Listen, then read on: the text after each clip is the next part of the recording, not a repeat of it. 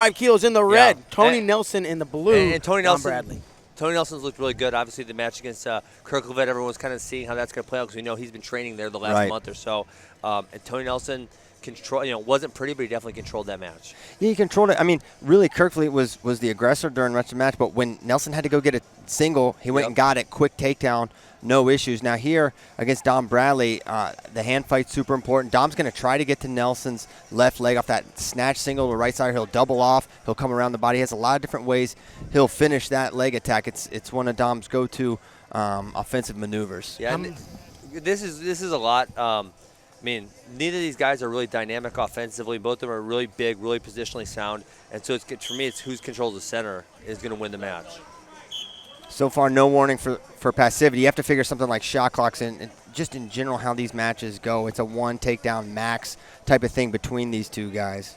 Yeah, I would agree. I think, you know what I'm just kind of feeling right now, looking how big these guys are? I remember watching the Tommy Gant, Anthony Valencia match, which if you didn't watch it earlier, go back to Florida to watch it. I'm feeling like we might be in danger if these guys come our way. Well, Dom Bradley especially, he almost took out our guy Andrew Spey, in Raleigh. Came right into the table.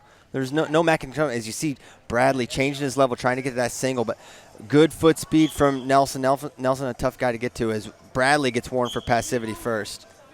Yeah, but both rely, like I said, rely heavily on position, like using the underhook, but they're going to nullify essentially each other there, and we're not going to see one guy control that position over and over and over again. And both these guys, if you're thinking about this from the Olympic spot perspective, they're kind of looking up at Nick Wisdowski, maybe even Gable Stevenson. Those two guys were in Final X, and Gable's qualified. He won the Farrell last month, so he's already in the trial. So and that's his first the next collegiate match last night? Yes, he did, a couple nights ago. Bradley on the shot clock here, 30 seconds to score. And, going on the shot clock. Nelson's on the clock. Excuse me, Nelson's on the shot clock. Going on the shot clock is not necessarily, a match like this going first is not necessarily bad. That's what I was going to get to. Yeah, seriously. And that was kind of a difference, a big factor in I think it was the Kirklevet-Nelson match, who was leading late there. But when Nelson had to get the takedown, he went and got it. Big attack there. I was watching that match from afar, so I couldn't see the scoreboard or anything. So there nice attempt. That right leg single. He got the shot clock point. So. Oh, and he's going to get shoot. 4. Somebody's tripod almost got one. This is where the out of bounds is. It's very ambiguous. Any rules that are ambiguous, I don't like. Sometimes they're calling that one 4. Sometimes they're calling it 1. We shouldn't have that happening. At the worst, I feel like Dom should have got 2 on that one. He was covering the body. Yeah, it's tough to give the takedown when he doesn't have the next supporting point down. And the continuation rule is very subjective, what they do on the edge there. Yeah. Yeah, I mean, sometimes the one I always go back to, I don't know if you remember this, Christian or Mark, 2015 Madison World Team Trials, Dake took David Taylor into the middle of the mat. It was like they gave him 4 points for it. It was like, we're literally 40 feet off the mat. How are you give the guy points for it?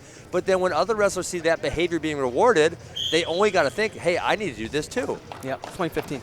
So first period in the books, Dom Bradley with a 2-0 lead off the shot clock point and that single leg where he earned the step out. You see Coach Haggerty, Kendrick Maple in his corner, Coach Becker, Coach Slater in Nelson's corner there. And Dom's got to be feeling really good with it. So he got the shot clock point and the push out because now obviously, he's probably the next one to get put on the shot clock, but that 1 point's not really going to make a difference. Nelson's either going to have to be taken or get multiple shot clock / push outs. And for Nelson, I think he waits for that perfect opportunity to fire off his legs. He's never going to be a volume attacker, but whenever he goes, he's a pretty high percentage finisher when he gets to his single. Yeah, absolutely. So if I'm Dom, I'm controlling position. Obviously, not usually overly offensive anyways, but he's going to stick in there and force Nelson to make a bad mistake. And then if he gets another takedown, I'm nailing in the coffin. Yeah, it would be a tough, and that's, or if you're Bradley, man, if you get a takedown here, it's over. You don't want to say score, you don't want to say 4-0 is because anything can happen in wrestling. But if you're just talking reality and history with these guys, yeah. So 3-0 is going to be tough if it gets to that point. 2 scores for either of these guys is asking a lot. Yeah, I mean, as you see. And to be frank, that's why I think guys like Gable and Gwiz are cut above. They're just able to score and put more scoring holds together. They Yeah. attack a little bit more, and I think that's why they've risen to be the top 2 guys in our country. Absolutely. I mean, just so much more dynamic offensively than, Dom has never developed that real go-to offensive attack. We got Dom on the shot clock, so that's going to be 1 point for Nelson if he can shut him down, but he's still going to need that second point somehow. And plenty of time, minute 45 left in this thing. Doesn't even look like Dom's going to make an effort to score while he's on the shot clock. I think he's pretty feels good just conceding that 1 point. It's going to be 2-1. Almost runs to it. Maybe not. 5 seconds left. 4, 3. It was an attack, but he's not going to be able to get to it. Nope. So that's the shot clock point right there. 2-1, 90 seconds to go. Stay heavy. Stay heavy. I mean, if you're Dom, do you think there's no way they're going to put him on the shot clock again, right? We haven't seen that all tournament. It would require a ton of evasion. It's pretty rare to see guys go on the same shot clock twice in a period. Doesn't happen very often, especially with only a minute 12. Once it gets to 30 seconds, he can't go on the clock again. Yes, they can give the caution 1, but that's something you don't see. You see that as like a conciliatory point when maybe it's a 6 point. Some guys have a 6 point. Hey, I'll give him a caution 1 when it does nothing. It means nothing. But if it's 1 point, they would never, ever, ever, ever give it. No way. Nelson's going to have to try to figure something out because Dom keeps grabbing a hold of him and really clinging in. Boy, yep, Dom's keeping his elbows in. Boom, stuff it. Get one more. Oh, that's another one where I feel like a lot of matches, that's given 2. And if that's a 2 point takedown right there, that's much different than the 1 point because the takedown still wins it for Nelson as it did right before the push out.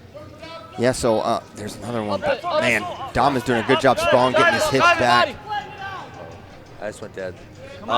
So, yeah, I mean, Dom is just not giving up position.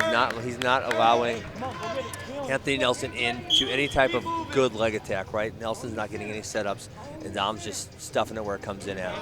Now, obviously, he's ready for these attacks coming his way. We'll see if he goes the other way. Good down block. Another step out. No, wow. avoids it somehow. Walked the line there for Nelson. Takes another shot on the edge. 15 to go. But again, he's firing these shots from the outside. He's not getting anything on the setup. He's not snapping him. He's not moving him. He's not underhooking him. Caution 1 offered, not confirmed. Oh, the caution 1 is just fairly unnecessary at that point. Oh, no, caution confirmed. Yes, caution 1's confirmed.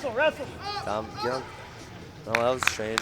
Do it, Dom Bradley. U.S. Open champion. That's the second time, I believe, for him. Yeah, he beat Tervel back in 2014?